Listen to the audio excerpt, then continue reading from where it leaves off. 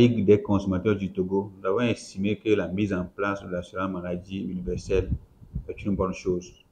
Et il faille qu'elle soit mise en place pour répondre à beaucoup de besoins. L'assurance qui avait commencé avec l'INAM ne couvrait pas la plupart des citoyens parce que les gens n'avaient pas les moyens pour souscrire. Mais avec ce qui se fait aujourd'hui à l'assurance maladie universelle, selon ce que les autorités disent, elles estiment que ça allait couvrir toute la population togolaise. C'est pour cette raison qu'elles l'appellent universelle. Nous avons adressé un courrier au chef de l'État en début d'année 2024 en lui disant que nous saluons l'initiative de l'assurance maladie universelle, mais que nous constatons qu'il y a beaucoup de choses qu'il faut revoir dans l'institutionnalisation de cette assurance maladie universelle.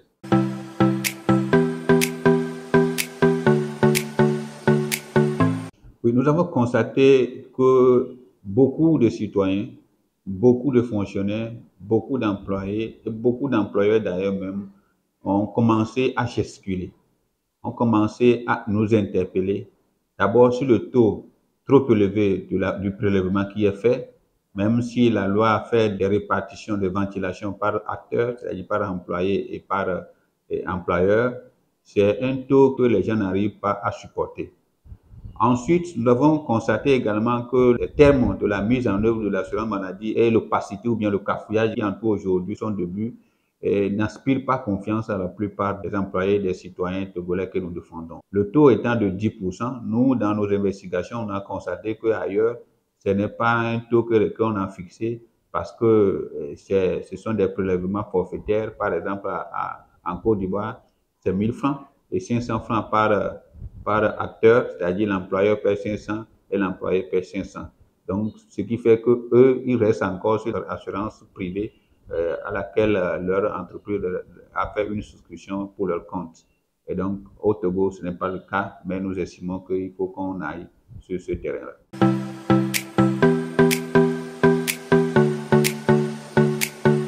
On a constaté que déjà des employeurs commencent à ne plus garder les gens qui sont sous le contrat à durée déterminée parce que la masse salariale a connu des mouvements et ces mouvements-là ne sont pas sans conséquence sur le rendement en fin d'exercice des entreprises.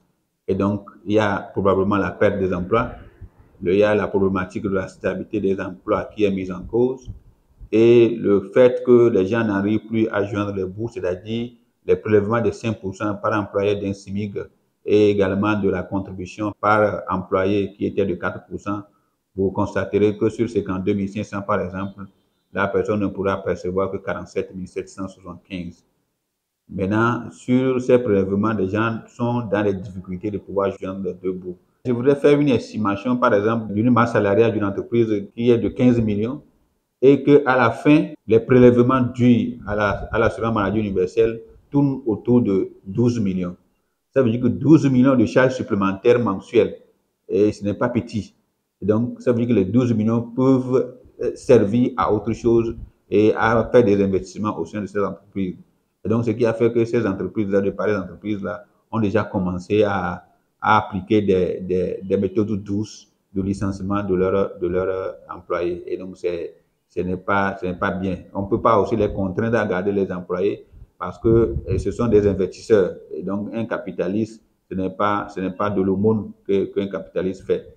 Mais la République doit accompagner les entreprises à pouvoir s'adapter, à pouvoir garantir la stabilité des emplois en leur sein.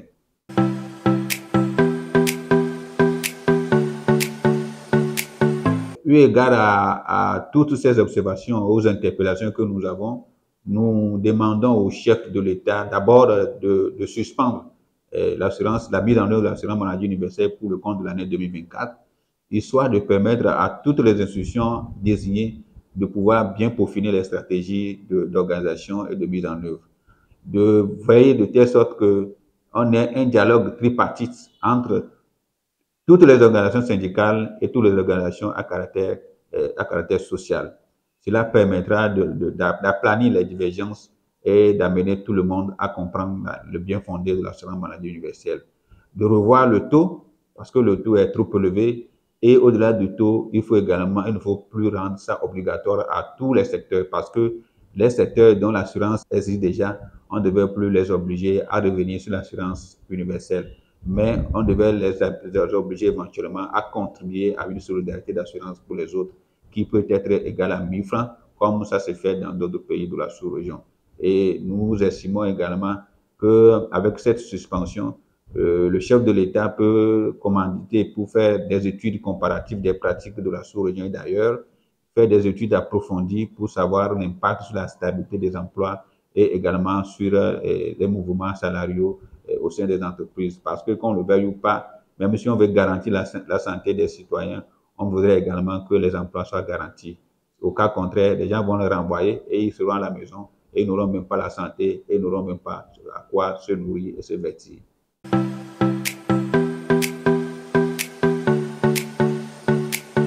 Le taux doit être baissé. Et donc, les retraités, comme ils sont également dans les cas sociaux, par exemple, le chef de l'État peut prendre une mesure appropriée et spéciale pour eux, c'est-à-dire un taux ou bien une contribution presque insignifiante.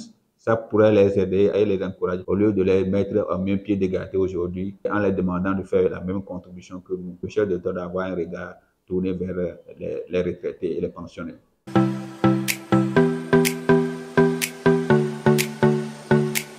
Je voudrais, au nom de la Ligue des consommateurs du Togo, dire à toutes les autorités impliquées dans la mise en œuvre de l'assurance maladie universelle et également au chef de l'État, particulièrement à lui, que ce que nous sommes en train de dire, nous voulons autrement l'aider à mettre en œuvre l'assurance maladie universelle. Étant donné que c'est une initiative qui provient de lui, s'il arrive à nous écouter et à suspendre l'assurance maladie universelle pour le compte de 2024, ça l'arrangerait mieux que de le laisser dans l'état où on est en train de le constater aujourd'hui. Et donc, c'est pour cette raison que nous estimons qu'il n'a pas les oreilles sourdes et qu'il va nous écouter et qu'il essaiera d'apporter de l'eau au moulin pour que l'assurance maladie universelle commence effectivement en 2025 avec de bonnes stratégies et avec des taux revus et avec des dialogues et des négociations tripartites consensuelles compris et analysées par tout le monde.